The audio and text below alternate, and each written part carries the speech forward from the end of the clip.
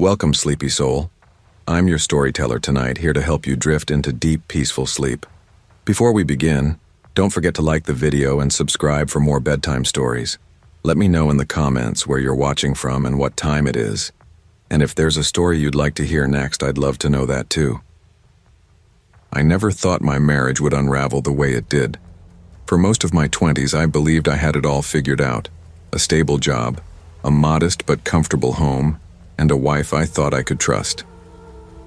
My name is Daniel Hart, and I grew up in a small Ohio town called Maplewood. My parents worked hard. My dad was a mechanic, my mom a nurse, and they drilled into me the values of honesty, loyalty, and family. I carried those values into my marriage with Claire. Claire and I met in college. She was outgoing, magnetic, the kind of person who made a room brighter just by being in it. I was more reserved, practical, the type of guy who preferred a quiet evening with close friends to a crowded party. Somehow, we balanced each other out. By the time we graduated, we were engaged. A year later, married. At first, life was good. We both had stable jobs. She worked as a marketing consultant. I landed a position as an IT analyst. We bought a small house in Maplewood, not far from where I grew up. We had 2 kids within 4 years, Ethan and Lily. They became the center of my world. But if I'm being honest, Claire and I had cracks in our marriage from the start. She craved excitement. She liked the rush of new experiences, new faces, and new thrills. I thought I could keep up, but I couldn't. Over time, our differences became sharper. When we stumbled into the swinging lifestyle through some of her friends, I convinced myself it was a way to keep her happy without losing her. For a while, it worked. Or at least I told myself it did. But deep down, I hated it. The constant sharing of intimacy, the idea that my wife was building connections with other men while I watched from the sidelines, it ate away at me. After a few years, I told her I was done. That's when things truly fell apart. It started small. Claire grew distant, irritated by my refusal to keep up with her lifestyle. She began going out more, always with excuses. Girls' night, work dinner, just need some air. I wanted to trust her. I wanted to believe she'd honor the boundary I set. But I noticed changes. The way she'd silence her phone when I walked into the room. The way she came home smelling of cologne that wasn't mine. The late nights turning into early mornings. I confronted her once, trying to stay calm. "Claire, are you seeing someone behind my back?" She laughed too quickly. "Daniel, you're paranoid. Just because you've turned boring doesn't mean I have." Her words stung. I let it slide. I didn't want to believe it. But then the real blow came 6 months before our divorce, when Ethan, our oldest, was diagnosed with a life-threatening autoimmune condition. Overnight, our world shifted. He needed hospital visits, medications, constant monitoring. I tried to step up, balancing work, bills, and the kids' needs. Claire, on the other hand, cracked under the pressure. She started drinking heavily. At first, a glass of wine in the evening, then bottles disappearing from the cabinet. She'd stumble home drunk with the kids in her care. Once, I came home early and found her passed out on the couch while Lily, only 4 at the time, was trying to make herself a bowl of cereal for dinner. That night, I knew something had to change. I packed a few bags, buckled Ethan and Lily into the back seat, and drove them to my parents' house. When I told Claire I was leaving for a while, she didn't even argue. She just waved me off with a bitter, "Fine, do whatever you want." For 2 weeks, I stayed with my parents, focusing on the kids and their routines. It was the most peace I'd felt in months. But then came a message that changed everything. It was from Amy, Claire's best friend since high school. "Daniel, I think you need to know what's been going on. Claire told us some things at girls' night. I can't sit on this anymore." I called her immediately. Amy's voice was low, hesitant. She's been bragging about sleeping with different guys every night. She drinks when she's got the kids. Daniel, she even admitted to leaving Ethan and Lily home alone one night so she could meet some guy at a bar. I couldn't keep quiet anymore. My stomach dropped. "You're serious?" I wish I wasn't. She also told us she plans to file for divorce once she drains more money from you. She said, and I quote, "Why rush when I can live rent-free and still spend his cash?" I sat there in silence, gripping the phone. Every suspicion I'd had was suddenly confirmed in the ugliest way possible. Amy's voice broke. "I'm sorry, Daniel. I know this isn't easy to hear." I took a breath. "Thank you, Amy. You just gave me what I needed to end this once and for all." I moved back into the house the next day. I wasn't going to let her play me from a distance. When I walked in and dropped my bag on the bed, Claire stormed into the room. "What the hell are you doing here?" she snapped. "This is my house too," I said evenly. "I'm not leaving my kids here alone with you anymore." Her face twisted. "Get out, Daniel, I mean it. I'll call the cops if I have to."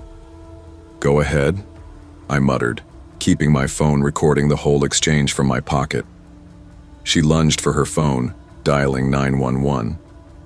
"Yes, I'd like to report domestic violence," she said, her voice suddenly trembling with fake fear.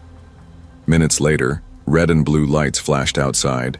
2 officers entered, one immediately cuffing me while Claire stood behind them with wide, fake, tearful eyes.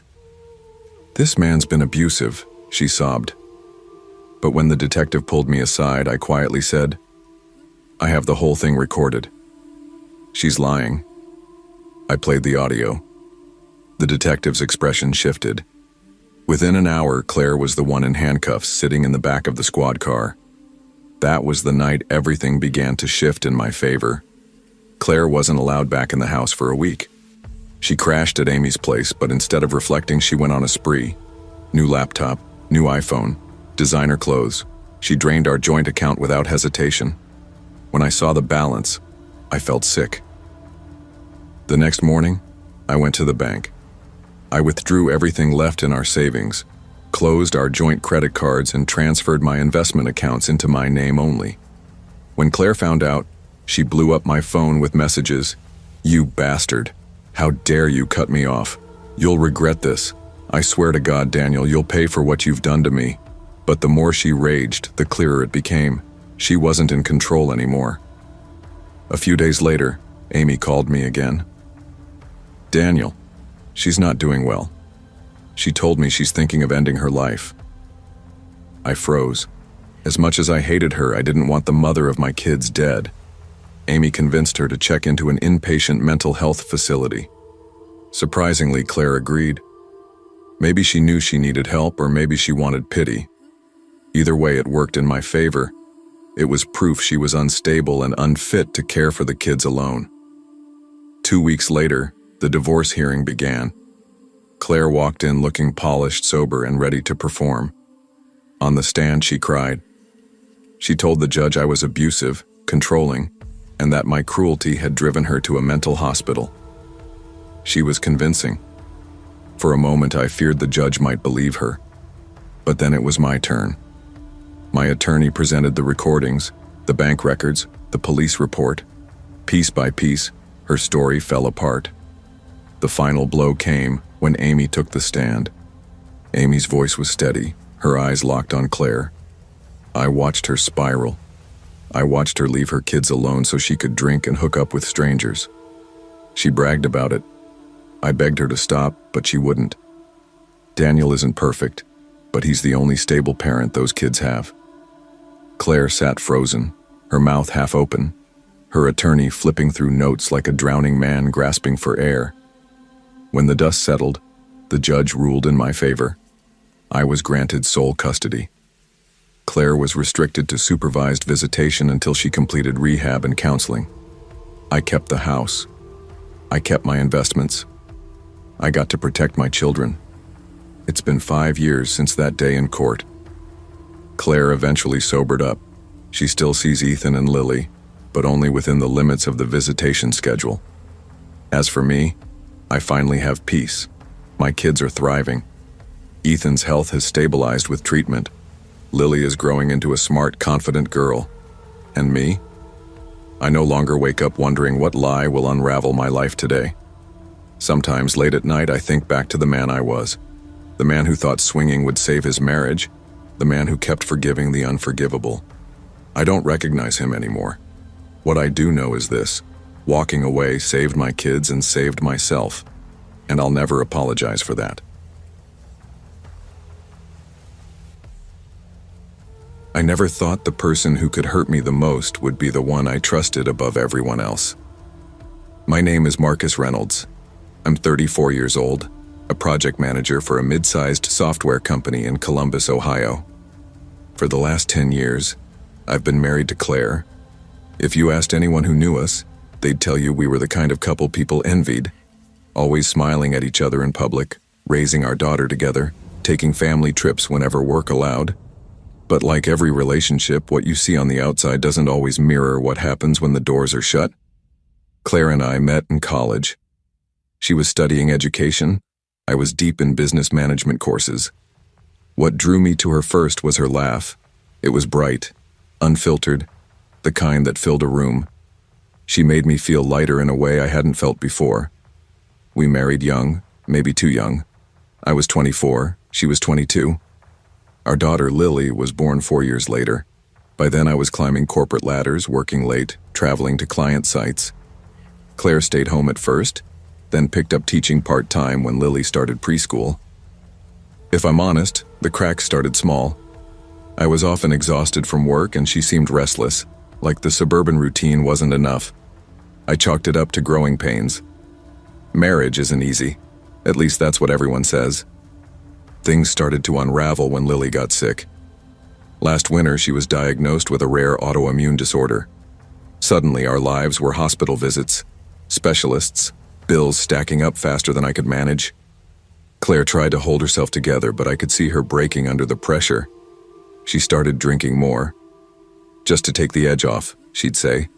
But I knew it wasn't helping. I thought the stress was pulling us apart. I didn't realize she had already started looking for comfort somewhere else. It was a Tuesday night when I first noticed something wasn't right.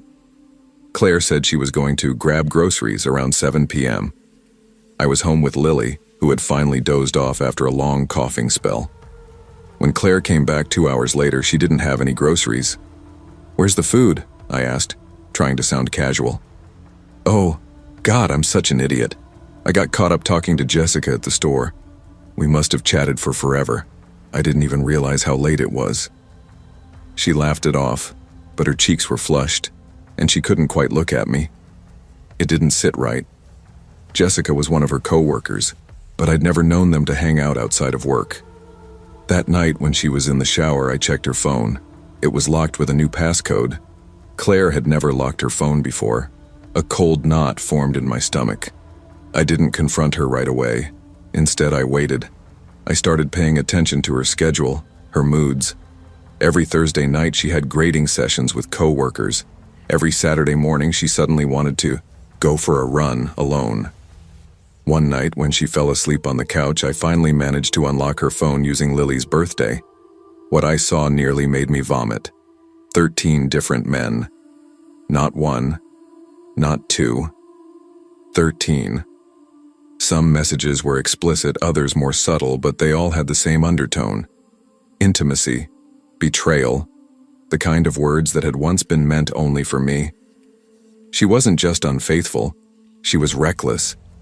Meeting them in hotels, in cars, sometimes even in our own house when I was away for work.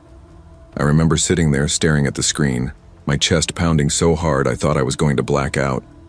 When she stirred awake, I dropped the phone and pretended I was asleep. But inside, something in me broke permanently. The breaking point, I tried to confront her 2 days later. "Claire, we need to talk," I said one morning as she sipped her coffee. "About what?" She didn't even look up. "I know," I said flatly. "I know about the messages about the men." The cup froze halfway to her lips. For a long moment, she didn't move. Then she set it down and stared at me, eyes cold and unreadable. "You went through my phone? That's what you're worried about?" My voice cracked. "You've been sleeping with half the city while your daughter is fighting for her life? And you're mad I looked at your phone?" Her face twisted in something between shame and defiance. "You don't understand what it's been like, Marcus. You're never here. I'm drowning, and you're always at work, always gone. I needed someone." 13 someones? I snapped. She flinched, then stood up, pacing the kitchen. "You think I'm proud of it? You think I planned this? I was lonely. I was angry. I was—" "Stop." My voice was low, shaking. "Don't you dare make this about me." That was the day something died in me. I thought the betrayal was the worst of it. I thought the late-night texts, the lies, the strangers in my bed would haunt me forever. But the real horror came later. A month after the confrontation, I was driving Lily to one of her specialist appointments. My phone buzzed, an unknown number. "Is this Marcus Reynolds?" a man's voice asked. "Yes. This is Detective Walsh with CPD. I need you to come down to the station. It concerns your wife." My heart stopped. What happened? "She was arrested this morning. Attempted abduction." The words didn't make sense. Abduction? Claire? What are you talking about? When I arrived at the station, the story unfolded like some nightmare I couldn't wake from. Claire had been caught in a supermarket parking lot trying to snatch another woman's baby. Witnesses said she picked up the carrier and tried to walk off. When the father confronted her, she pepper-sprayed him and screamed that he was the kidnapper. The police found her disoriented, reeking of vodka. She claimed she thought the child was Lily. When I went to see her in holding, she looked hollow, almost unrecognizable. "They took her from me," she sobbed when she saw me. "They took Lily. I was just trying to get her back." I didn't know if she was drunk, delusional, or both. All I knew was that this wasn't my wife anymore. The weeks that followed were chaos. CPS got involved, questioning whether Lily was safe in our home. I had to hire a lawyer, pull every ounce of proof I could that I was the stable parent. Claire was ordered into rehab, then a psychiatric evaluation. At night, I lay awake replaying everything. Her affairs, the drinking, the lies, the kidnapping attempt. I realized I had been blind for years, making excuses for the red flags because I wanted so badly to believe in the life we had built. The worst part? Even after everything, a piece of me still loved her. Or maybe I just loved who she used to be. Lily is my only focus now. She needs stability, safety, a parent who won't collapse under pressure. I filed for divorce last month. Claire's lawyer is pushing for supervised visitation, but I don't know if I can ever trust her with our daughter again. Not after what she tried to do. People always talk about monsters in dark alleys, strangers lurking with bad intentions. But my monster wore a wedding ring and slept beside me for a decade. And the scariest part is how easily love can disguise itself as safety until the mask slips.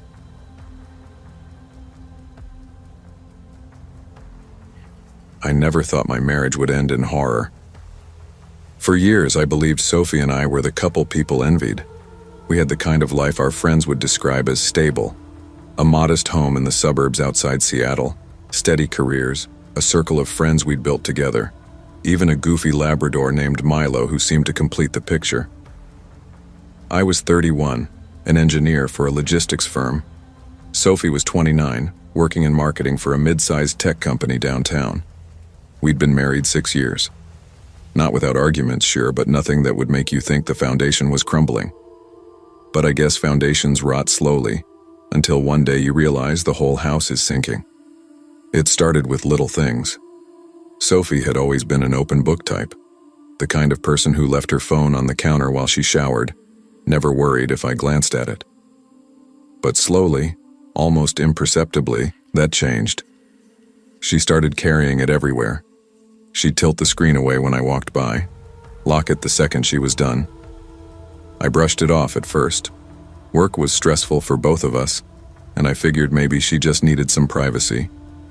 But then came the late nights. Client dinners, networking events, last-minute meetings. One Tuesday, she walked in at nearly midnight, the smell of wine heavy on her breath. I was sitting at the kitchen table, still awake. "You're late," I said, trying not to sound accusatory. She dropped her purse by the door. "Work ran long. I told you. You said you'd be home by 9. Her jaw tightened. Ethan, not everything is on a schedule. You of all people should know that. I didn't push further, but the pit in my stomach grew heavier. The next few weeks only deepened the unease. Sophie was glued to her phone, giggling at texts she wouldn't show me. Our conversations turned shallow, like we were just roommates coordinating grocery lists. Then one Saturday morning, while she was in the shower, her phone buzzed on the counter. The name lit up. Damian Cole. I didn't touch it. I didn't need to. Just the way she snatched it up when she came out of the bathroom told me everything. Suspicion is like a sickness. It eats at you until you're either proven wrong or proven right. I tried to give her the benefit of the doubt, but my gut kept screaming. So one Friday, when she said she had a late work dinner, I decided to follow her. I parked a few blocks from her office and waited. Sure enough, around 7 p.m., Sophie walked out, not toward the garage where she usually parked, but across the street to a sleek black sedan idling under a streetlight. The driver stepped out to open the door for her. He was older than I expected, mid-40s, sharp suit, the kind of confidence that fills a room before the man even speaks. Sophie kissed him on the cheek before sliding inside. My chest clenched so hard I thought I might black out. They drove to a quiet restaurant on the water. I sat across the street in my car, hands gripping the wheel until my knuckles went white, watching them laugh over candlelight like it was a goddamn date scene from a movie. That was the night I knew for certain. When she got home later, I was sitting in the dark living room. "How was the client dinner?" I asked, my voice low. She froze, keys still in her hand. It was fine. Why? Who's Damian? Her face drained of color. She tried to recover, stammering, He's just a colleague. I saw you, at the restaurant, laughing, touching his hand. Don't lie to me, Sophie. Her eyes welled with tears, but not the kind of tears that begged forgiveness. They were defensive, angry. You don't get it, Ethan. You're always working, always tired. Damian, he listens to me. He makes me feel alive. I've been drowning here, invisible. I wanted to scream, to throw something, to break every fragile piece of furniture in that room. Instead, I whispered, "So your solution was to crawl into someone else's bed?" She looked down, silent, and in that silence I knew. Our marriage was dead. Divorce would have been painful but clean. Unfortunately, Sophie's lover wasn't just a fling. Damian Cole was a shadow that refused to leave. At first it was subtle. A car parked too long across the street. A man's silhouette in the grocery store gone when I looked again. One evening I came home to find cigarette butts scattered near the garage.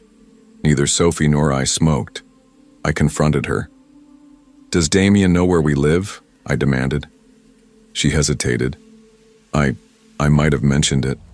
Mentioned it, or did you bring him here? Her silence told me everything. You let him into our home? Her voice cracked.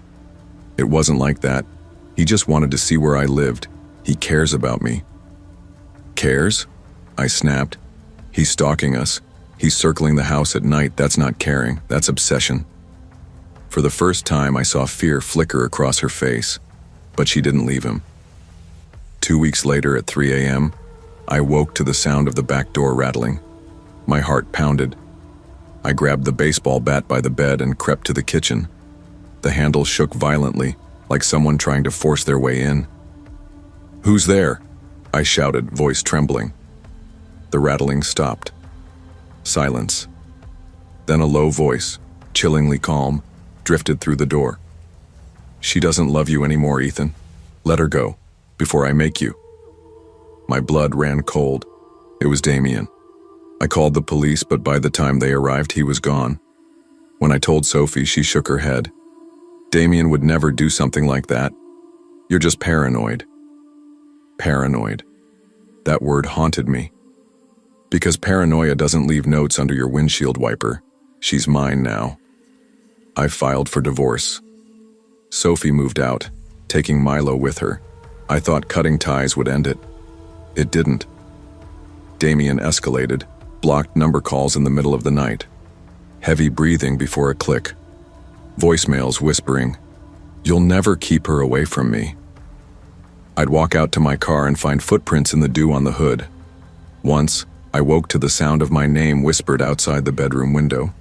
The police filed reports but offered little else. "Restraining orders don't stop men like him," one officer muttered. And he was right. The night it came to a head, I was home alone. The divorce had finalized a week earlier. Sophie was gone for good, though sometimes I caught myself listening for her footsteps. Around midnight, my phone buzzed, a text from an unknown number. "Look outside." My throat went dry. Slowly, I pulled back the curtain.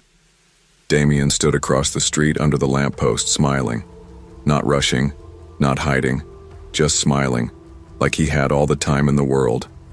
Another text. "She told me everything. You don't deserve to breathe the same air she does." I locked every door, every window, my hands shaking. Called 911.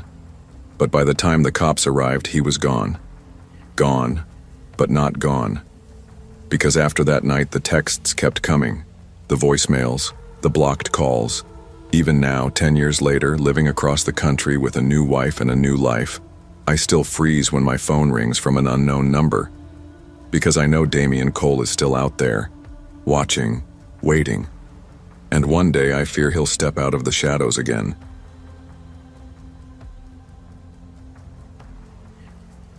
I never imagined the word forever could unravel so fast. My name is Adrian Walker, I'm 34, and if you asked anyone who knew me a few years ago, they'd have said I was the kind of guy who had his life together. I had a steady job, a wife I adored, 2 kids, a decent home on the quieter side of Lexington, Kentucky. On the surface, everything looked solid. But the truth? My life was cracking long before anyone could see it. I grew up in a working-class family. My dad was a truck driver, always on the road, and my mom worked double shifts as a nurse. They were tough people, but loving in their own way. They taught me 2 things: work hard and don't run from responsibility. That stuck with me. That's probably why I fell so hard for Samantha. She was nothing like me. Where I was quiet, she was loud. Where I thought twice, she jumped without looking. I met her at 25, at a mutual friend's cookout. She was the kind of woman who could walk into a crowded room and somehow make it feel like she was the center of it.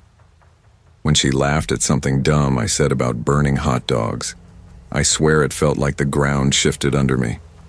Everyone told me she was a wild card.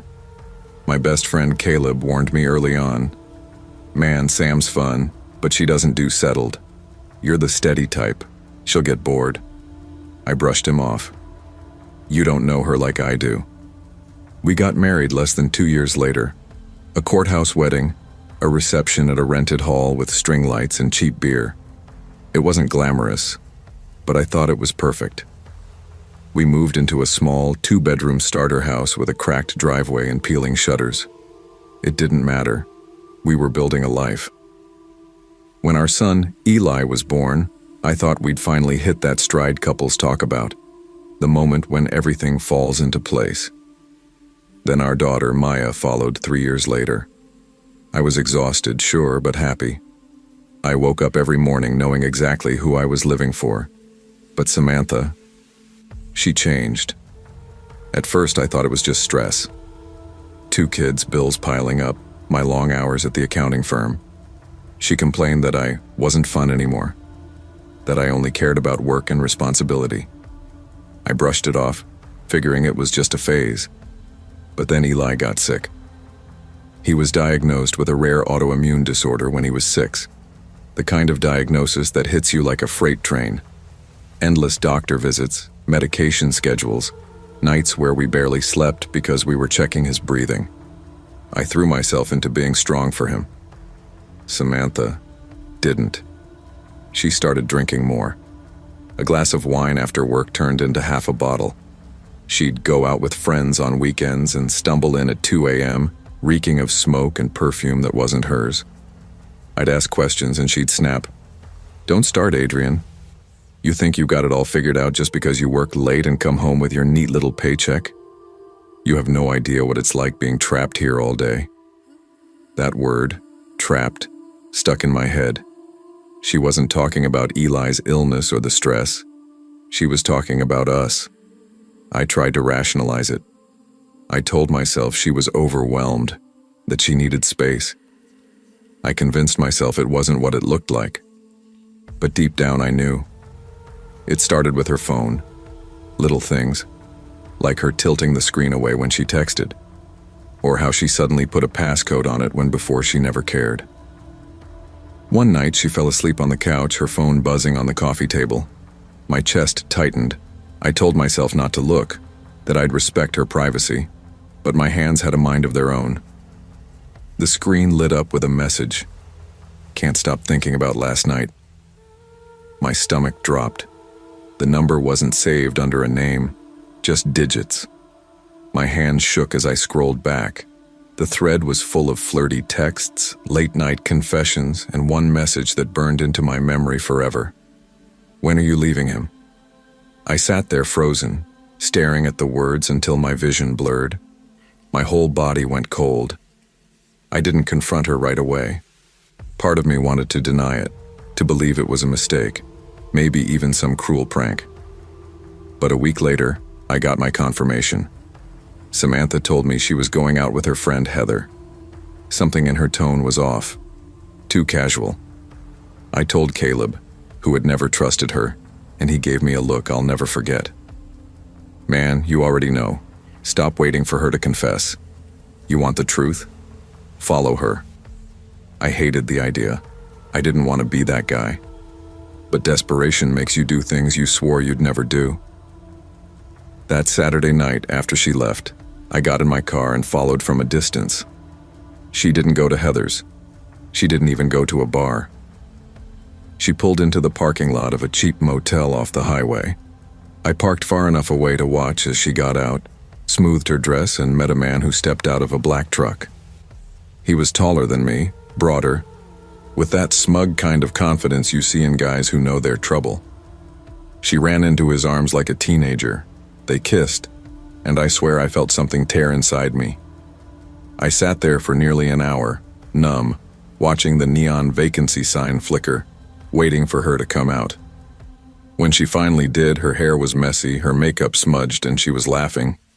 Laughing like she hadn't in years. With him, not me.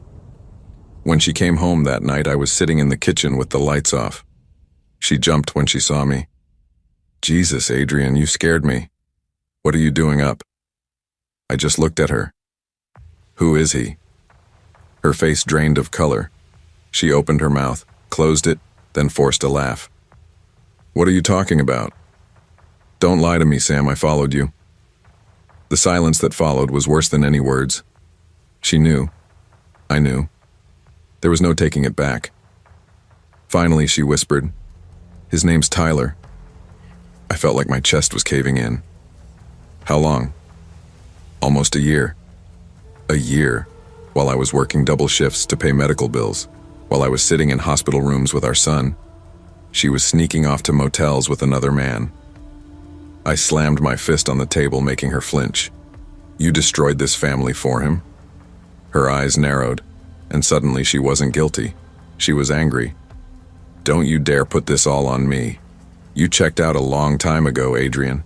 You buried yourself in work, in bills, in being the responsible one, and you left me alone. Tyler makes me feel alive again." Alive. That word twisted like a knife. I wish I could say I threw her out that night, but I didn't. Part of me still loved her. Part of me clung to the hope that we could fix it. For Eli, for Maya. We tried counseling. It didn't work. She went through the motions, but her heart wasn't there. And then things turned darker. One night I came home early from work and found Eli crying in his room. "Mommy's with her friend again," he said, his little voice trembling. "She forgot to give me my medicine." That was the breaking point. My son's health wasn't negotiable. I confronted her again, this time with no hesitation. "You're done, Sam. I want you out tomorrow." She sneered. "You think you can just kick me out? This is my house too. And don't forget, I can take the kids." That threat chilled me to my core. She wasn't just reckless, she was dangerous. A week later, I came home from work to find the house trashed. Plates shattered, drawers yanked open, furniture overturned.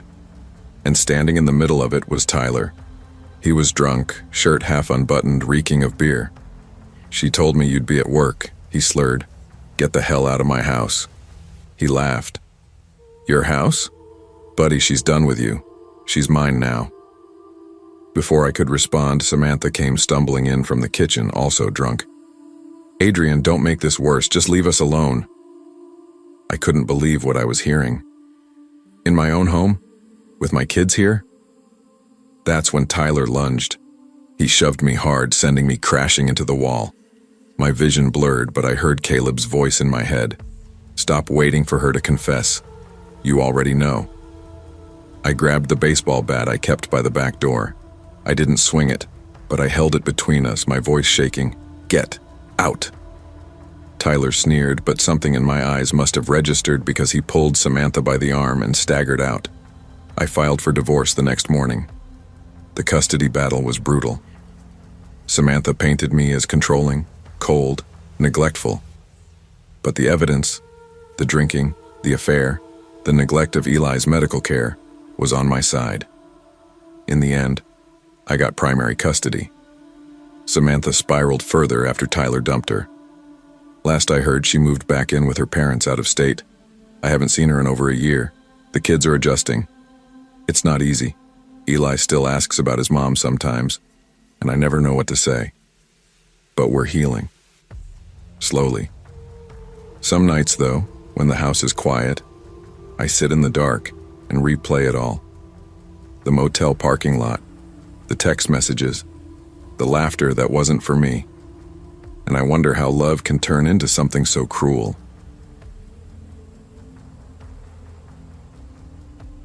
I was 32 when I found out my wife was cheating on me. To be fair, it wasn't like a lightning strike of discovery.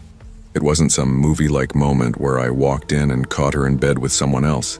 It was slow, subtle, a creeping suspicion that grew over time until it wrapped around my throat so tightly that I couldn't breathe without choking on it. My wife's name is Melissa, though most people call her Mel. We'd been married for 7 years, together for almost 10. She was the kind of woman who could light up a room with her smile. Long chestnut hair, these deep hazel eyes that shifted color depending on the light, and this quick wit that used to leave me laughing so hard I couldn't catch my breath. We met back in college at a small university in Dayton, Ohio. I was studying business. She was in graphic design. She'd been sketching in a coffee shop when I asked if I could borrow her pencil. I didn't need it. I just wanted to talk to her. That one moment turned into an entire night of conversation. By the time the baristas were sweeping the floors and locking up, I knew I'd met the person I wanted to marry. And for years, it really was good. Better than good. She was my best friend, my partner, my safe place. But things changed. Slowly, in ways I almost didn't notice until it was too late. She started staying late at work more often. She'd smile at her phone when she thought I wasn't looking. There was a distance in her eyes during dinner, like her body was sitting across from me, but her mind was somewhere else entirely. I told myself it was stress, that maybe I was imagining things, that I was paranoid. But deep down, I knew. One night, about 6 months before everything came crashing down, I confronted her. We were sitting on the couch, the TV on but muted. She had her phone in her hand, scrolling, her thumb moving in these little flicks. I asked, "Who are you texting?" She glanced at me, her face calm, but her eyes sharp. "Just work stuff." "Why?" "Work stuff at 11 at night?" I pressed. "Yeah," she said flatly. "Deadlines don't care about what time it is." There was no warmth in her voice, no joking defense, just coldness. I wanted to push further, but I saw the way she tightened her jaw, the way her whole body seemed to close itself off, and I let it drop. That was my mistake. Fast forward 6 months. By then, I'd gathered enough small pieces of evidence to know for certain. a lipstick-stained receipt in her purse from a bar across town, a random men's hoodie tucked in the backseat of her car, her showering immediately when she got home late at night. I had two choices: confront her directly, or find a way to really know the truth. And here's the part that still chills me, because if I had just confronted her, screamed, divorced, thrown her out, I wouldn't have gone through what I did. But I chose the second option. It was a Friday night in mid-November when I followed her.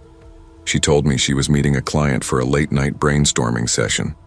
I nodded, kissed her cheek, told her to have fun. Then I waited 10 minutes, grabbed my car keys, and slipped out. I kept a few cars back, headlights off, my pulse hammering so hard I could hear it in my ears. She drove across town, past the office building she supposedly worked at, and into a neighborhood I didn't recognize. She pulled up to a small bar called The Lantern, a dimly lit dive tucked between two pawn shops. I parked a block away and watched from the shadows. That's when I saw him. Tall, muscular, bright red hair that stood out even under the flickering streetlight. He leaned against the bar entrance like he owned the whole damn place. The moment Melissa stepped out of her car, he wrapped his arms around her waist and kissed her. I felt my chest cave in. My wife, my partner, my best friend, was kissing another man like she used to kiss me. I should have stormed up to them, should have dragged her away, should have done something. But I didn't. Instead, I watched. They went inside, and like a coward, I followed. The Lantern wasn't crowded, but it was loud. Music blasting, people laughing, glasses clinking. I slipped into a booth near the back where I could see them. Melissa and the red-haired man, let's call him Derek, sat at the bar. She ordered drinks, her laughter too high, too flirty. He leaned close, whispering in her ear. And then something strange happened. I expected her to nurse one drink, maybe two. Instead, she kept ordering, for herself, for him, for strangers nearby. She was buying everyone drinks, smiling, laughing, acting like money was no issue even though we'd been fighting about bills for months. It didn't make sense. At one point, she turned in her seat and locked eyes with me across the bar. My blood froze. I thought I'd been caught, but her gaze slid right past me to a younger guy sitting nearby. She leaned toward him, flashing that same smile she once gave me, and offered to buy him a shot. That's when I realized something. She wasn't just cheating, she was hunting. I know how crazy that sounds, but what happened next is burned into me like a scar. The young guy she targeted looked barely 21, nervous but eager. Melissa and Derek flanked him like predators, laughing, egging him on, pouring drink after drink down his throat. When his friend tried to intervene, Melissa whispered something to him, stroked his arm, promised she'd take care of him. She was relentless. The friend hesitated, torn between loyalty and the intoxicating attention of a beautiful woman. Finally, Melissa leaned close, smiling sweetly, and said, "If you want to come too, you can." My stomach twisted. This wasn't about drinks. This wasn't about cheating. This was something darker. I sat frozen, every instinct screaming at me to get up, get out, call the cops, something. But I couldn't move. The boys left with Melissa and Derek. I stumbled after them, staying far enough back to avoid notice. They piled into Melissa's car. Derek drove. I followed as they wound through back streets until they pulled up to a small, run-down house on the edge of town. I killed my engine and watched. The boys staggered inside, Melissa leading them, Derek locking the door behind them. For a few minutes, there was nothing. Then I saw shadows moving behind the blinds, heard faint voices, a woman's laugh, a man's muffled shout, something heavy thudding against the floor. My skin crawled. I knew that if I didn't do something, those boys wouldn't walk back out. But I couldn't force myself to the door, couldn't risk being seen. So I sat there gripping the steering wheel until my knuckles turned white, while God knows what happened inside.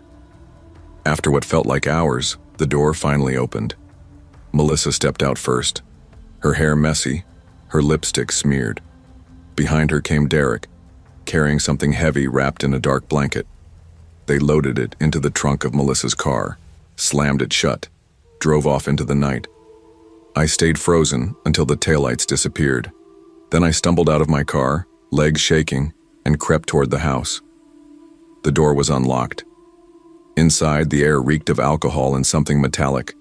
The living room was a mess. Overturned chairs, empty bottles, a smear of red across the hardwood floor. My heart lodged in my throat. I didn't dare go further. I ran. That night I didn't sleep. I couldn't. Every time I closed my eyes, I saw Melissa's smile, heard her laugh, saw that blanket being carried out the door. The next morning she came home like nothing had happened, kissed me on the cheek, asked if I wanted pancakes. I stared at her, numb, trying to reconcile the woman in front of me with the monster I saw last night. And that's when it hit me. If I told anyone, no one would believe me. She was perfect, charming, beloved by friends, co-workers, family. I was just the paranoid husband with a failing marriage. I said nothing. Weeks passed, then months. Melissa kept cheating, kept sneaking out at night, kept flashing that smile at strangers. And every time I wondered how many didn't make it home. I never saw her kill anyone, never saw blood on her hands, but I saw enough to know the truth. And the worst part, I still loved her. It's been 2 years since then. We're divorced now. I couldn't stay. I couldn't watch anymore. But sometimes, late at night, I'll scroll through the local news and see a missing persons report. A college kid. A young man. A woman who went out for drinks and never came back. And every time I see Melissa's smile, I don't know why I'm writing this. Maybe because I need someone to believe me. Maybe because if anything ever happens to me, I want people to know it was her. Melissa, my wife, the woman I loved, the woman who hunts.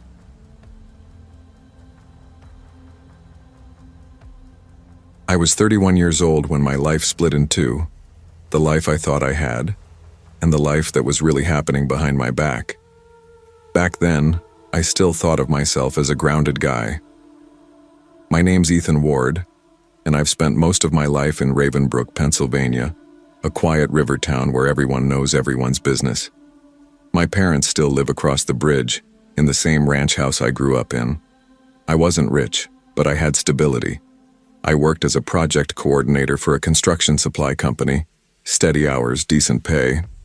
I had my own 2-story house, a beat-up Ford truck, and what I thought was a strong marriage.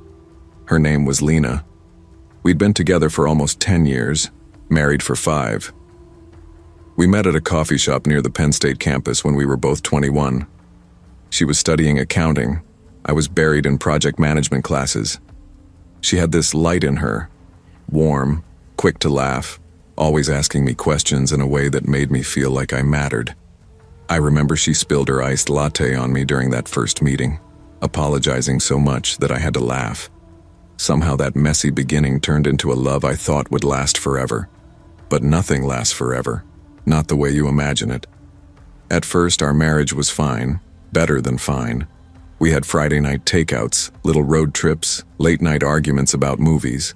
She pushed me to take better care of myself. I encouraged her to chase her CPA certification. For a while, I thought we balanced each other. Then Lena started working at Grant & Cole Accounting, the biggest firm in Ravenbrook. That's when things shifted. Her hours got longer. She stayed late for client dinners. She texted constantly, but not with me. She angled her phone away when I walked into the room, and whenever I asked how her day was, her answers grew shorter. Fine, busy, stressful. At first, I blamed myself. Maybe I wasn't paying enough attention. Maybe marriage naturally got quiet. But in the pit of my stomach, I knew. And the man's name, the one who cracked my life in half, was Damian Cole. It was early October when I got my first undeniable sign. Thursday night. I remember because Thursdays were always our night. We'd order Thai, watch something dumb, and just enjoy the evening. But that night, Lena texted me around 6:15. Don't wait up. End of quarter review. Might be late. I didn't think much of it until I heard her car roll into the driveway at 8:30. She walked in with her hair tousled, her lipstick faintly smudged, and this sharp, musky cologne clinging to her clothes. "Long night?" I asked, forcing calm into my voice. "Yeah," she said quickly, tossing her bag down. "I'm beat. I'm going to shower." She disappeared upstairs before I could say more. Later, while she was in the shower, her phone buzzed on the nightstand. I don't make a habit of snooping, but I swear something inside me knew. The preview on the screen said, "Last night was incredible. Can't stop thinking about you." The sender, Damien. My chest locked up. I knew him. He was one of the partners at her firm. I'd shaken his hand once at their Christmas party. Perfect teeth, perfect suit, that practiced confidence that made me feel like a kid standing next to him. I didn't open the message. I couldn't. I just set the phone back down, my hands shaking, and pretended to be asleep when Lena crawled into bed later.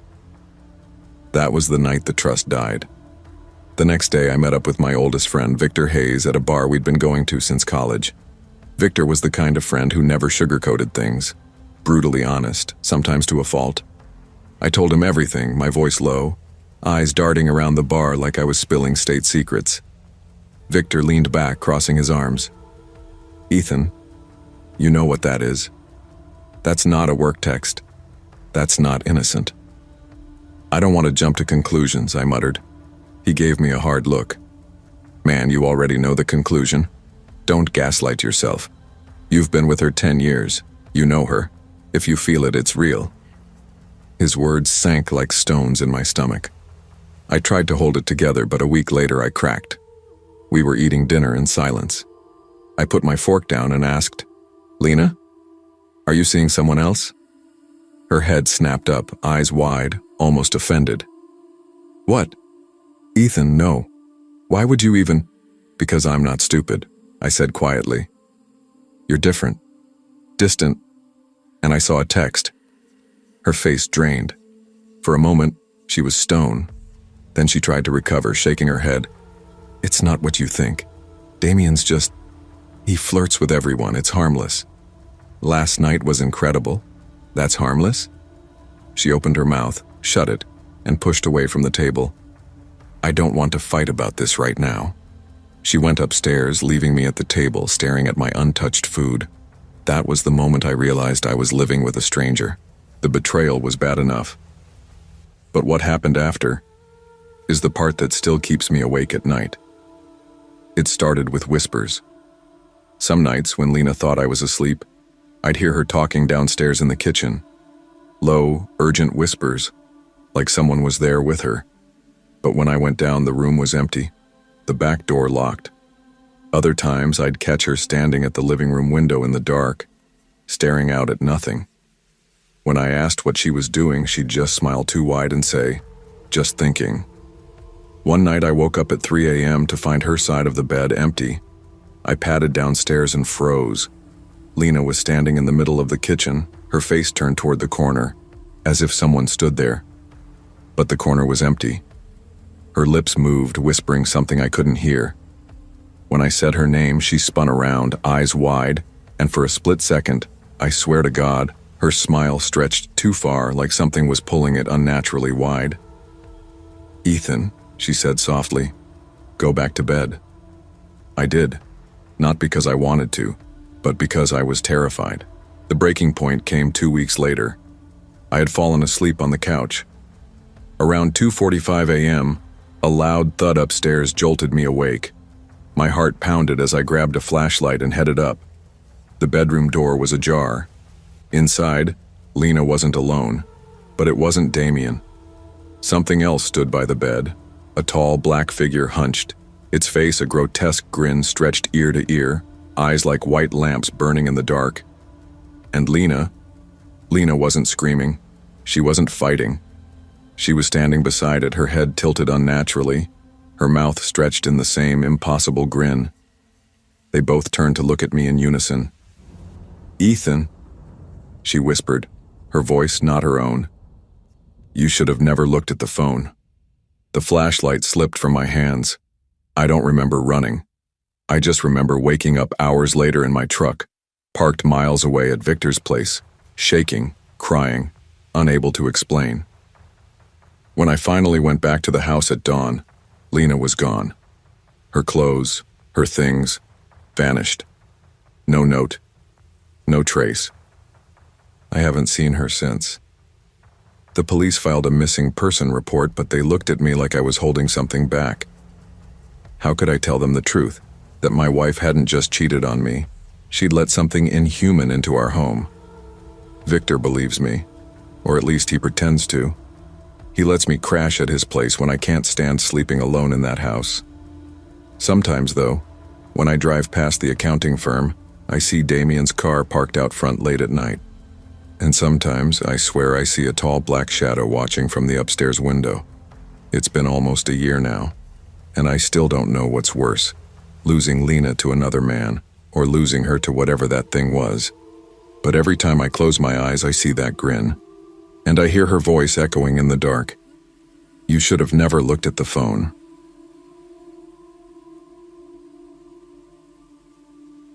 I never thought I'd be the kind of man who doubted his own wife. My name is Ethan Mercer, and I grew up in a quiet town in Pennsylvania where everyone knew everyone. My parents had been married for 38 years, and they raised me with the belief that marriage was sacred, something you fought for, something you cherished. When I was 26, I met Rachel, the woman I thought I would grow old with. She was a nurse, compassionate and sharp-witted, with a smile that could cut through the darkest of days. I was working as a construction project manager back then, managing deadlines and juggling subcontractors, always tired but always proud of the work I did. Rachel and I met at a coffee shop near the hospital. She dropped her bag, spilled half her latte, and I helped her clean it up. That simple moment turned into a conversation, and a conversation turned into a date. We fell in love quickly. Too quickly, maybe. Within a year, we were married. We rented a small 2-bedroom apartment in Philadelphia, a modest place with cracked plaster walls and drafty windows. But we were happy. Or at least, I thought we were. The first years were good. We struggled with money, sure. But Rachel always supported me, and I admired her for the long, grueling hours she put into her shifts. We talked about kids, about buying a house someday, about vacations we could never quite afford. She was my best friend as much as she was my wife. But marriage doesn't unravel overnight. It frays slowly, quietly, until one day you look at the person across from you at the dinner table and realize they feel like a stranger. It started small. Rachel began picking up more shifts, often claiming the hospital was short-staffed. She'd come home late, sometimes after midnight, too exhausted to talk. I believed her. Of course I did. Nurses work insane hours, it wasn't unusual. But then came the secrets. She started taking her phone with her everywhere, even to the bathroom. Her laughter while texting felt different, more private. When I asked, she brushed me off with, "It's just Emily from work, don't be paranoid." Her scent changed too. Not her perfume, she always wore the same vanilla-scented lotion, but her. I'd hug her after she came home, and beneath the faint aroma of disinfectant from the hospital, there was something else, something masculine. I ignored it at first. Told myself I was imagining things, but then, one night, around 11:45, I woke up to find the bed empty. Rachel wasn't home. Her shift was supposed to end hours ago. I called her, no answer. I texted, no reply. I sat on the couch staring at the clock until 2 a.m. When she finally walked through the door, hair damp like she'd showered somewhere else, cheeks flushed, she claimed she had to stay late for an emergency surgery. I nodded, pretending to believe her. But inside, something shifted. A voice whispered in the back of my mind, "She's lying." I started noticing more. She dressed differently for work, suddenly putting extra effort into her appearance. She wore lipstick she never used to wear. When I kissed her, she sometimes turned her face away. One evening, she left her phone on the counter while showering. It buzzed with a message. I shouldn't have looked. I know that, but curiosity ate me alive. The name flashing on the screen was Mark Hospital. The message read, "Last night was incredible. Can't stop thinking about you. Same time tomorrow? My heart stopped. My hands shook as I placed the phone back exactly where it was.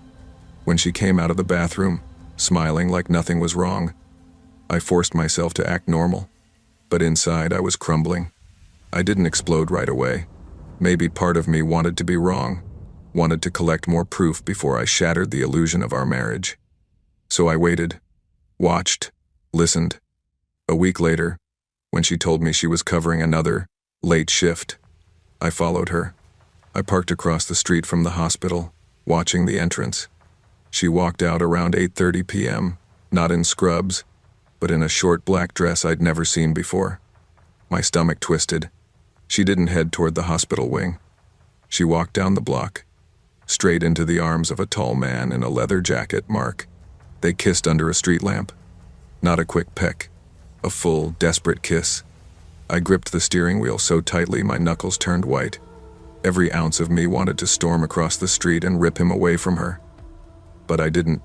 I just sat there, heart splintering, watching the woman I loved disappear into a hotel with another man. For weeks after that, I pretended. Every morning, I kissed her goodbye. Every night, I asked about her shifts and nodded while she lied. Inside, I was screaming. I couldn't sleep, couldn't eat. The betrayal gnawed at me. A parasite burrowed deep in my chest. And then the dreams started. I'd wake up in the middle of the night sweating, convinced I'd heard voices in the apartment. I'd see shadows moving near the corner of the room, hear whispers of my own name. Maybe it was the stress. Maybe it was my mind breaking under the weight of what I knew. But the line between reality and nightmare blurred. One night, as I lay awake, I swear I felt the bed dip, as if someone else had sat down beside me. I turned, expecting to see Rachel, but she was asleep, facing the wall. Yet I still felt a hand graze mine in the dark. I confronted her on a Sunday afternoon. She was folding laundry in the living room when I blurted out, "Who's Mark?" She froze, a sock dangling from her hands. Her eyes darted to mine, wide with panic. "What are you talking about? Don't lie to me, I saw you. I followed you." My voice cracked, raw with weeks of bottled-up rage. Her face crumbled, tears welling in her eyes. "Ethan, just tell me the truth." She broke down, sobbing, admitting everything.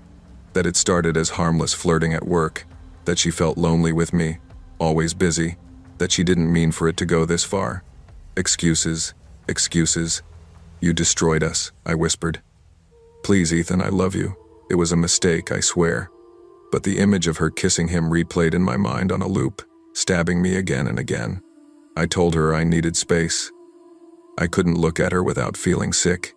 That night, I slept on the couch. Sometime after midnight, I woke to the sound of whispering again. I sat up, heart pounding. The apartment was dark, but I could swear I saw a figure standing in the hallway. "Rachel?" I called. No answer. I stood, stepping closer. The figure vanished, but as I turned, I saw Rachel standing in the kitchen, staring blankly at me, her face pale, her eyes hollow. "Are you okay?" I asked. She didn't respond, just turned and walked back to the bedroom. When I followed, the bed was empty, sheets cold, but on her pillow, there was a note. It read, "Our home." My blood ran cold. The words mirrored the nightmares I'd been having. For a second, I wondered if grief and betrayal had finally broken me. The next morning, I received a phone call. It was the hospital. Rachel had been in a car accident the night before. They said she didn't survive. My phone slipped from my hand. I thought about the kitchen, about her standing there, staring at me with those lifeless eyes. If she had died before I saw her, then who or what was in my apartment that night? It's been 2 years since that night. I've moved cities, tried to rebuild my life, but the scars remain. Some nights I wake to that same whisper, the faint sound of my name carried through the dark. Sometimes I think I see her reflection in the mirror behind me, watching. And every once in a while, when I come home from work, there's a folded note on my doorstep. Always the same words, "Our home." I'll never know if it's her ghost or my guilt made flesh. All I know is that I once believed betrayal was the worst horror a man could face. I was wrong, because betrayal doesn't just haunt you in life. It follows you after.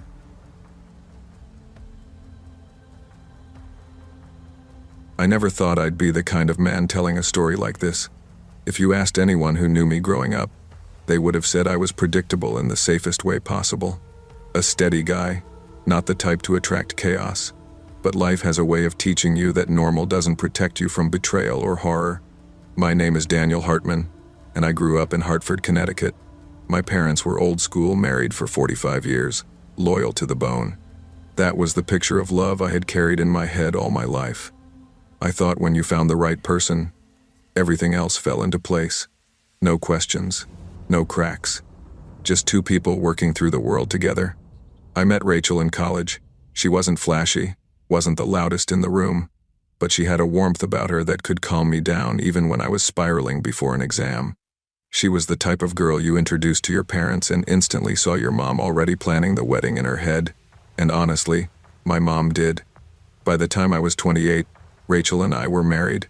We'd bought a modest house on a quiet street near West Hartford, with just enough space for us and maybe a kid someday. I was working as a financial analyst, grinding through long hours, while Rachel taught at a local elementary school. Life was steady, predictable. That was what I wanted.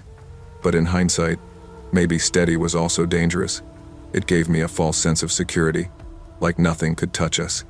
And when small cracks started to show, I convinced myself they were just stress, or all marriages go through this. It started subtle. Rachel became glued to her phone in ways she hadn't been before. She'd tilt the screen away when I walked past, or claim she was just checking lesson plans. She began staying late at school more often. Grading papers, she'd say. At first, I believed her. I wanted to believe her, but there were nights I sat on the couch with a beer in hand, staring at the clock tick past midnight, and I couldn't stop the pit in my stomach from growing. One night I said, half joking, half testing, "Babe, you got a secret second family with how late you're staying at school?" She froze for a fraction of a second before forcing a laugh. "Yeah, Daniel, you caught me. Whole other husband and kids, you're too sharp." We both laughed it off, but inside, I felt something shift. The tone in her voice didn't sound playful. It sounded defensive. The real unraveling started on a cold Friday night in December. I had just finished one of the worst weeks at work. I wanted to come home, order pizza, and just sit with her. Maybe watch some dumb holiday movie. When I walked into the house, the lights were off. Rachel wasn't home. I texted her, me, "Hey, where are you? I got pizza." Rachel, "Still at school. Big project. Don't wait up." That pit in my stomach turned into something darker, something that whispered, "Go check. Find out for yourself." So I did. I got in my car, drove to her school, parked across the street. The building was dark. No lights on inside. No cars in the lot except one, a silver Honda, Rachel's car, but she wasn't inside the school. I waited. My hands were shaking, my breath fogging up the windshield. Minutes crawled. Then, finally, I saw her. She wasn't alone. She walked out of the side door with a man, tall, dark jacket, leaned down close like he was whispering something only meant for her. She laughed. She touched his arm, and then, God help me, they kissed. My whole body went numb. I don't know how I got home. Rage blurred everything. I sat in the driveway for half an hour, gripping the steering wheel so hard my knuckles went white. When she finally came home later that night, I was waiting in the kitchen. "Long night grading papers?" I asked, voice tight. She looked startled, then annoyed. "Daniel, don't start. I'm exhausted." I snapped. "I saw you, Rachel. At the school. With him. Don't you dare lie to me." Her face drained of color. For a second, I thought she'd crumble, apologize, beg for forgiveness. But she didn't. Instead, she went cold. "So what if you did?" she said flatly. That hit me harder than the betrayal itself. No denial, no shame, just acceptance. "You've been sneaking around behind my back for how long?" I demanded. Her silence was answer enough. We argued for hours that night. I shouted. She cried. Then she shouted back. Everything I thought was stable in my life crumbled. Weeks turned into months of tension. Sleeping in separate rooms. Whisper fights that turned into screaming matches. But here's the thing, this wasn't just some tragic end of marriage story. This is where the horror began. Because while most cheating ends with lawyers and papers, mine ended with something much darker. It was late January when the first text came in. An unknown number. You don't know the whole truth. I thought it was spam at first. But then came another. She isn't just cheating, she's planning something worse. I stared at the screen, chills crawling up my arms. Who the hell was this? That night, when Rachel was in the shower, I snuck into her phone. Most of her messages with the guy were deleted, but not all. What I saw made my stomach flip. Him. He won't see it coming. Rachel. I just need to get him out of the way. Out of the way. Those words burned into me. One night, after another brutal fight, Rachel said she was going to stay with a friend for the weekend to cool off. I didn't argue. I pretended not to care. But I followed her. She drove out of town, into the woods past Canton, miles from anything. Finally, she pulled up to a cabin run down, isolated. My heart hammered in my chest as I watched her go inside. A few minutes later, the man from the school joined her. I couldn't hear what they were saying, but I saw enough through the half-broken blinds. They weren't just sleeping together. They were planning. She had papers spread across the table. Maps. My name scribbled on something. I backed away, terrified.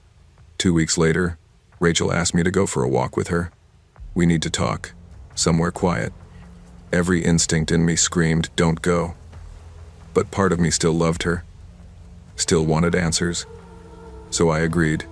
We drove out near the same woods. Snow covered the ground, soft crunch beneath our boots. My breath came out in clouds as we walked deeper under the trees. She stopped suddenly, turned to me with that same cold expression she'd had the night I confronted her. You should have just let it go, Daniel, she said. Before I could ask what she meant, I heard a branch snap behind me. The man stepped out of the trees holding something in his hand, a rope. I bolted. My legs pumped like I'd never run before. Branches whipped my face. Snow sprayed up behind me. My lungs burned, but fear kept me moving. Behind me, I heard their footsteps pounding. Rachel's voice shouting, "Don't let him get away." I stumbled, caught myself, kept running. That's when I saw it, a small cabin ahead. The door creaked open, as if waiting for me. My gut twisted. Number, not again. Not their trap.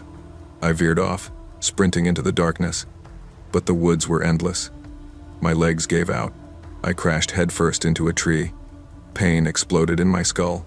The world went black. When I opened my eyes, I was in a hospital bed. White walls, machines beeping softly. A doctor leaned over me. "You're lucky. Hit your head pretty bad. Some hikers found you by the roadside. You'll be okay." Roadside. My last memory was collapsing deep in the woods. How did I get out? Who carried me there? The police questioned me, but I couldn't tell them everything. What could I say? That my wife tried to lure me into the woods to kill me with her lover? That she had maps and plans? They'd laugh me out of the station without proof. But Rachel, she never came to the hospital. She never visited. When I got home days later, she was gone. Her things cleared out. No note, no goodbye, just silence. It's been 6 months now. The house feels empty, haunted not by ghosts but by betrayal. Some nights, I still get those unknown texts. She isn't finished. Watch your back. I don't know who's sending them.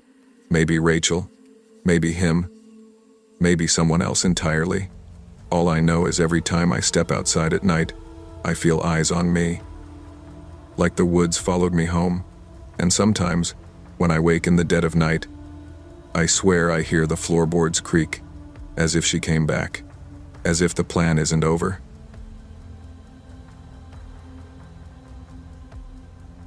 I was 34 when I realized my marriage wasn't what I thought it was.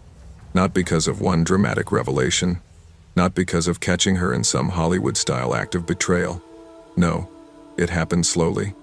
Subtle cracks forming, small things that didn't add up. Until one day I couldn't pretend anymore. My name is Darren Cole, and I live in Ravenbrook, Ohio.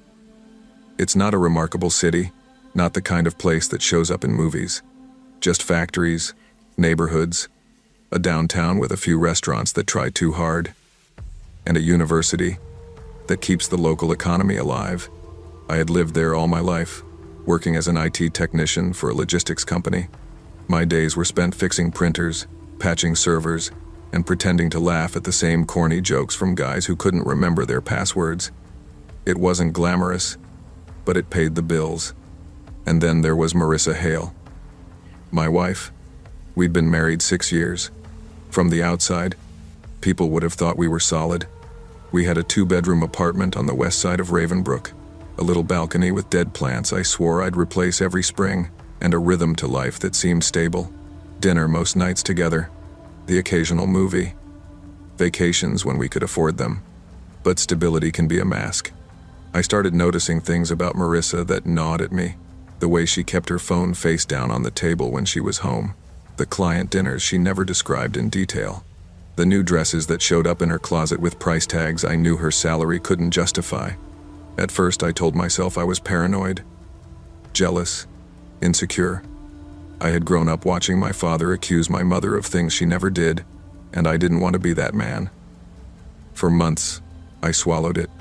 But the night it really hit me, the night I couldn't deny it anymore, was a Friday in late autumn. Marissa said she was going to dinner with a client from out of town.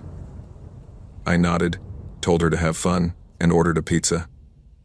I sat on the couch, scrolling through Netflix, waiting for her. Midnight came and went. Then 1 a.m., then 2. I texted her. "You good?" No reply. I called, straight to voicemail. By the time she came through the door at nearly 4 a.m., I was sitting at the kitchen table, the pizza cold in its box. She smelled of whiskey and something else cologne, faint but unmistakable. Not mine. "Long dinner?" I asked. My voice came out quieter than I meant. She froze in the doorway, then gave a little laugh. "Yeah, sorry. Clients kept ordering rounds. It got late." I stared at her. Her makeup smudged at the corners, hair a little too messy for just dinner. I saw a faint line of lipstick at the edge of her jaw. It wasn't hers. "Marissa," I said. "Who were you with?" She met my eyes for the briefest moment before looking away. "I told you. Clients." I didn't push. I just nodded. "Right." That night, she slipped into bed and fell asleep within minutes. I lay there, staring at the ceiling, every nerve in my body humming like a live wire. From then on, I started watching. Her phone buzzed more often. She'd smile at messages but never tell me who they were from. She'd come home late, jump straight into the shower, and I could smell perfume that wasn't hers clinging to her skin. And then came the breaking point. It was a Wednesday night. I left work early, claiming a server crash. Instead of going home, I parked 3 blocks from her office. At 7:45, I saw her walk out, not alone but with a man. He was tall, sharply dressed, laughing with her like they shared a private joke. And then I saw it. His hand brushed the small of her back as they crossed the street. That was Ethan Ward. I didn't know his name at the time, but I would soon. I followed them at a distance, heart pounding, palms sweating. They walked into a wine bar on 8th Street. Through the window, I saw them sit close, her leaning toward him, laughing in that way she hadn't laughed with me in years. His hand touched hers across the table. I wanted to storm in there. I wanted to flip the table, scream, demand answers, but instead, I sat in my car until my vision blurred with tears I refused to let fall. When she got home that night at 11:30, she acted like nothing had happened. She kissed my cheek, asked if I'd eaten, and curled up next to me on the couch as if she hadn't just been with another man. I couldn't take it anymore. The next few days, I started digging. I became someone I never thought I'd be, checking her emails when she left her laptop open, looking through her purse for receipts, following her car when she said she was going to, late meetings. And what I found confirmed everything. Hotel receipts, dinner bills for 2, Messages hidden in her phone under a fake contact labeled work. It wasn't just an affair. It was planned, frequent, intimate. When I confronted her, it was late on a Sunday evening. I couldn't hold it anymore. "Marissa," I said, my voice trembling. "How long?" She was folding laundry on the couch. She froze. "What do you mean? How long have you been seeing him?" Her hands shook. She looked up at me, eyes wide, then narrowed. "Who?" "Don't," I said, my throat burning. "Don't insult me. Ethan, the man from your office, the one you're screwing in hotels while I sit at home like an idiot." The silence stretched so long I thought I'd suffocate. Finally, she whispered, 2 years. I felt something in me die right then. I wanted to scream, to rage, but all I could do was whisper, "Why?" Tears welled in her eyes. "I don't know, Darren. I don't know. I didn't plan for this. I didn't mean to hurt you." But she had. And now there was no way back. For weeks, I lived in a fog. Every corner of the apartment felt poisoned. Her laugh, her smell, her touch, all of it tainted. She begged me to go to therapy, to try and work through it. But how could I? She had built an entire secret life behind my back. That's when the nightmares started. At first, I thought it was stress, but they grew darker. I'd dream of Marissa standing at the end of our bed, her face blank, her eyes hollow, whispering things I couldn't understand. I'd wake up drenched in sweat, convinced I'd seen someone in the apartment. Sometimes I swore I could hear whispers in the walls, or footsteps in the hall outside our door when no one was there. I brushed it off as my mind unraveling. But the more I sank into the betrayal, the worse it got. One night, I woke to the sound of Marissa's voice. She was talking quietly in the living room. I thought maybe she was on the phone, but when I got up and walked in, the room was empty. Another night, I smelled Ethan's cologne in our bedroom, sharp, musky, unmistakable though he had never set foot in our home. It was as if the affair itself had taken on a life of its own, haunting me. The final straw came one night when I woke to the feeling of weight on my chest. I couldn't move, couldn't breathe, and when I looked, Marissa was straddling me, her face twisted, eyes black, whispering Ethan's name over and over. I screamed, and suddenly she was gone, replaced by the dark ceiling of our bedroom. But the terror was real. The next morning I packed a bag and left. I moved into a one-bedroom apartment across town. Papers were filed. Marissa begged, pleaded, cried, but I couldn't go back. Even away from her, though, the nightmares didn't stop. I still hear whispers at night. I still smell cologne that isn't mine. Sometimes I wake convinced someone's in the room with me, and sometimes I swear I see her. Not Marissa as she was, but Marissa as she looked that night in the nightmare. Hollow, empty, whispering Ethan's name. I don't know if it's trauma, or if something darker followed me out of that marriage. All I know is that betrayal doesn't just break your heart. It changes something inside you forever. And some nights, when I'm lying awake in the silence, I wonder if I'll ever really be free of her, or if she and what she did will haunt me until the day I die. I was 32 when I first realized that the walls I had built to separate my personal life from my professional one were bound to collapse. My name is Adrian Cross, and for the past 3 years, I had been running a private investigation agency out of a cramped office above a pawn shop on Harrison Avenue in Brookfield, a city that gleamed with glass towers in the day and drowned in neon haze at night. From the outside, my life looked simple. A bachelor, hardworking, dependable, the kind of man who could be trusted to untangle lies for a fee. My reputation for discretion had grown quickly. Husbands suspicious of wives, wives suspicious of husbands, business partners who smelled fraud. It didn't matter. If someone wanted the truth, they came to me. But there was another truth I wasn't sharing. I was in love with Lena Mercer, a woman who belonged to someone else. She was 30, elegant in a way that never felt forced, her auburn hair catching light like fire, her green eyes always daring me to believe her when she said she wasn't happy at home. She told me her marriage was a cage, Her husband, a man she no longer recognized. She said she wanted freedom, and she said she wanted me. I believed her. God help me, I wanted to believe her.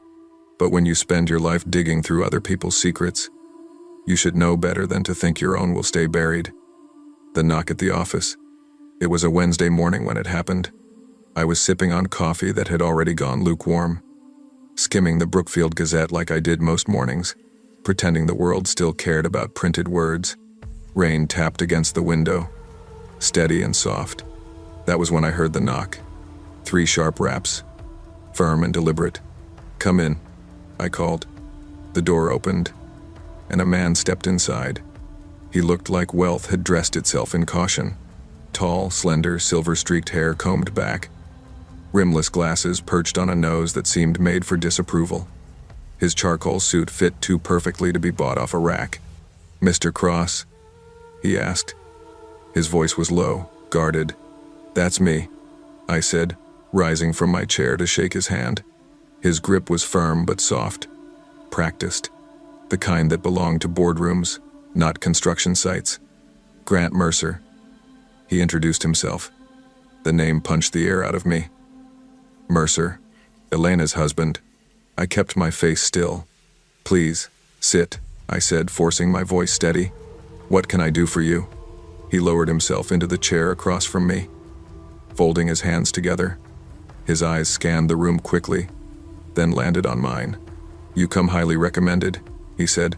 "Discreet, reliable. That's what I need." I nodded once. "That's what I offer."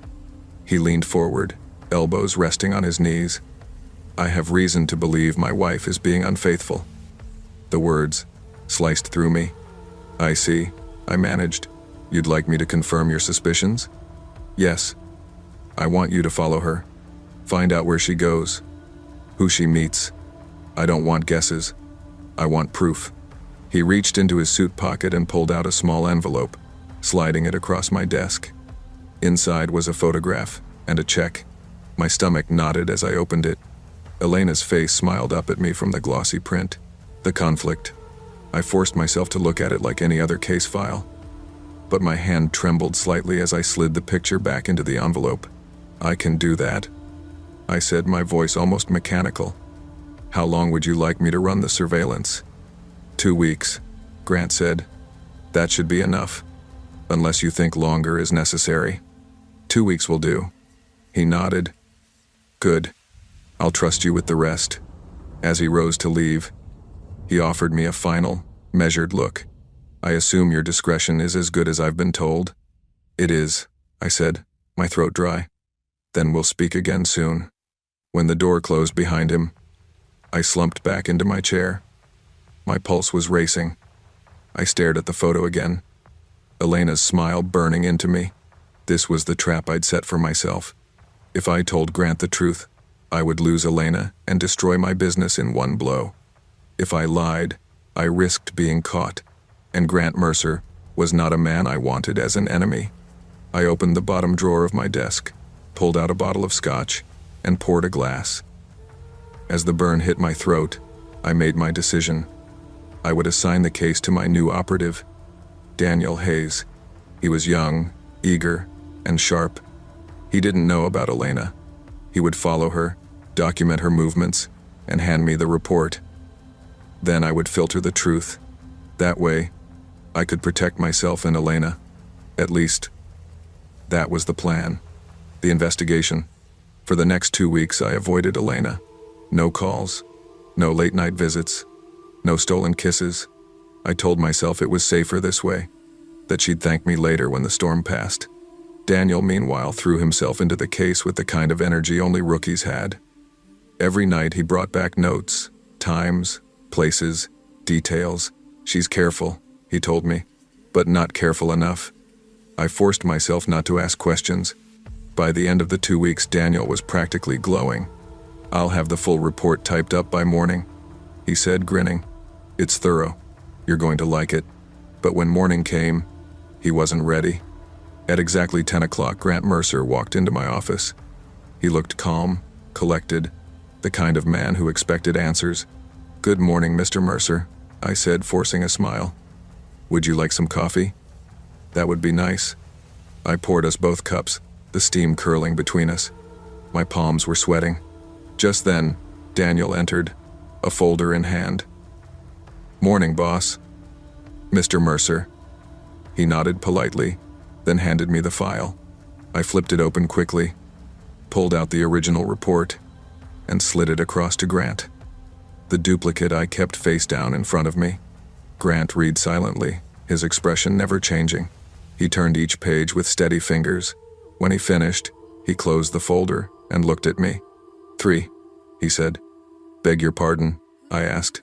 I was afraid of something like this. 3 lovers, in just 2 weeks. My blood ran cold. What? He tapped the folder. That's what your report says, isn't it? Thorough work, painful, but thorough. I felt the bottom drop out of my stomach.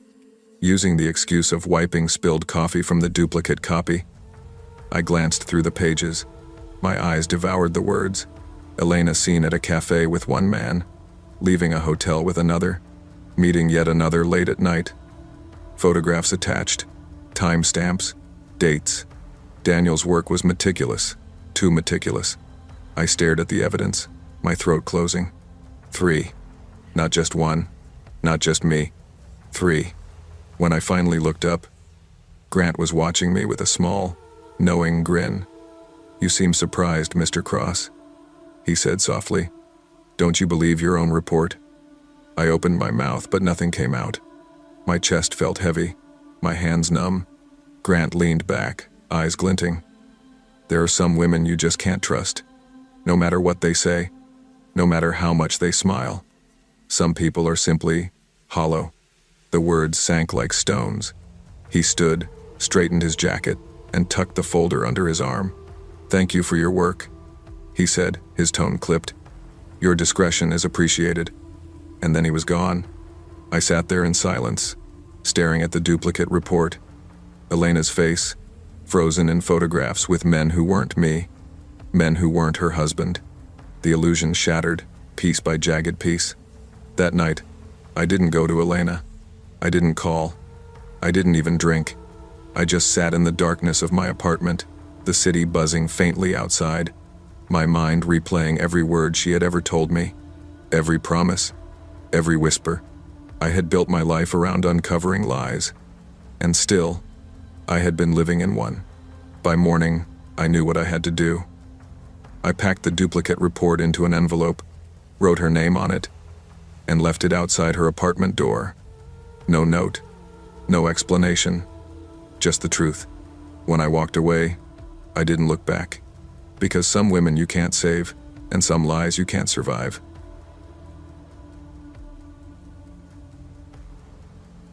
I was 34 when I learned that the person I trusted most in the world had been lying to me.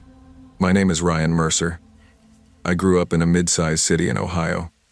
Not too big, not too small, the kind of place where everyone seems to know just enough about you to make your personal life their business. After finishing college, I landed a steady job as a logistics manager at a distribution center. It wasn't glamorous, but it paid well, and it was stable. Stability had always been something I valued. When I was 26, I met Claire. She was working part-time at a coffee shop near my office. Blonde hair, green eyes, the kind of smile that drew people in. I wasn't the most confident guy, but something about her energy made me talk more than I usually would. We dated for about 2 years, got married in a small ceremony with just our families, and bought a townhouse together. Life wasn't perfect, but it was steady. We had our routines: Sunday morning coffee, binge-watching shows on rainy nights, planning vacations we rarely took. My parents loved her. My friends thought we were that couple who had it figured out. But if I'm being honest, things started to feel off about a year ago. Claire got a new job at a marketing firm downtown. She'd always worked odd shifts, but now she was coming home later and later. Her phone was glued to her hand, face down on the counter. She started dressing differently, putting on more makeup before work, and spending more nights out with co-workers. I told myself not to jump to conclusions. After all, she was ambitious. She'd always wanted a career that made her proud, and I wanted to support her. But the little things started to eat away at me. The quiet arguments about why she didn't answer her phone. The way she avoided eye contact when I asked simple questions like, "Who were you texting?" One evening, I couldn't take it anymore. "Claire," I said as she came in around 11 p.m., smelling faintly of alcohol and perfume that wasn't hers. "We need to talk." She dropped her purse on the counter and gave me this tired smile. "Not tonight, Ryan. I had a long day. That's every night lately." I tried to keep my voice steady. "Where were you?" "With co-workers." She kicked off her heels and headed upstairs. "Don't make this a thing. Don't make this a thing." But it was already a thing. That night, while she showered, I checked her purse. I hated myself for it. But something in my gut told me I'd find something. Sure enough, there was a crumpled receipt from a hotel bar across town. 2 cocktails. A date 2 nights ago. She hadn't mentioned going anywhere that night. She'd told me she was working late. My chest tightened, but I didn't confront her right then. I wanted to be sure. Over the next week, I started paying closer attention. She'd leave her phone charging on the nightstand, but the moment I walked into the room, she'd flip it face down. One evening, when she was in the shower again, I picked it up. No password. My hands were shaking so badly I almost dropped it. There they were. Messages. Hundreds of them. Him. Same time tomorrow. I can't stop thinking about last night. Her. Me too. I'll say I'm stuck at work again. Him. You're incredible, Claire. Her. Don't say that. I sat there, staring at the screen, my ears ringing. The words blurred as tears filled my eyes. The man's name was saved as Elliot. Work. A quick search on her company's website confirmed he was a senior manager. When she came out of the shower, towel wrapped around her body, humming like nothing had happened, I couldn't even look at her. I didn't confront her right away. I wish I could say I did. Instead, I spent nights awake in bed, staring at the ceiling, listening to her breathe beside me, wondering how long she'd been lying. The breaking point came a week later. She told me she had to stay late again. I followed her.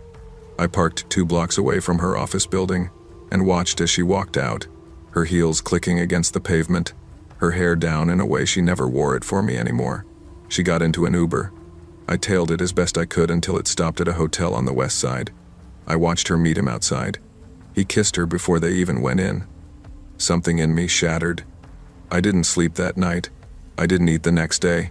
I barely went to work. I couldn't stop replaying it in my head. The way she smiled at him. The way she used to smile at me. Finally, I confronted her.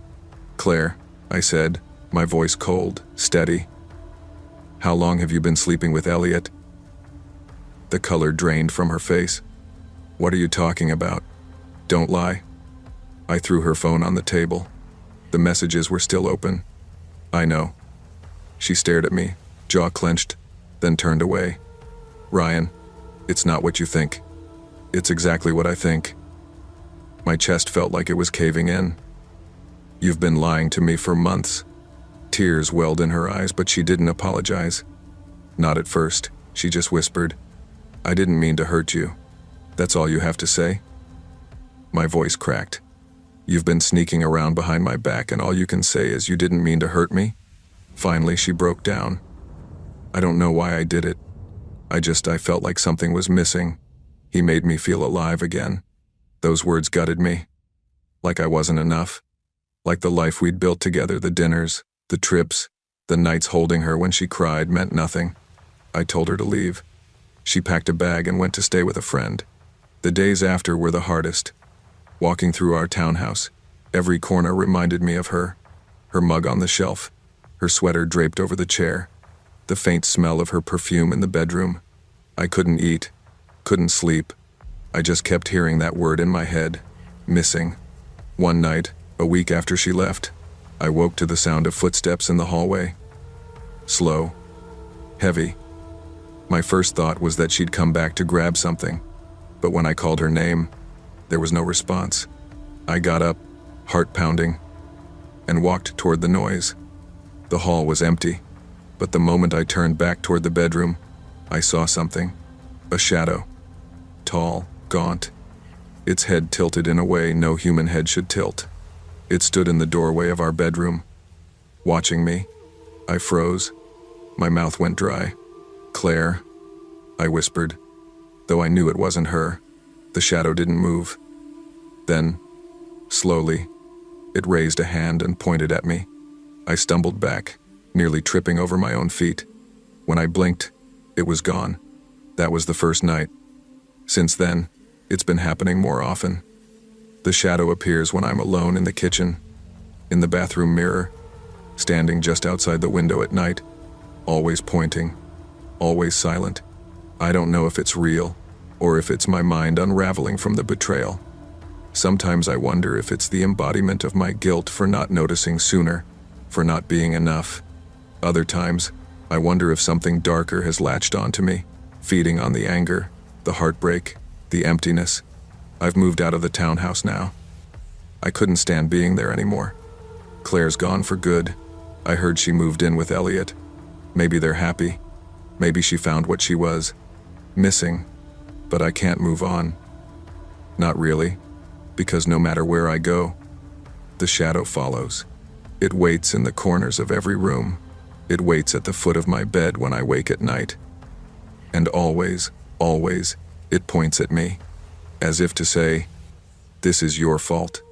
And maybe, in some twisted way, it is.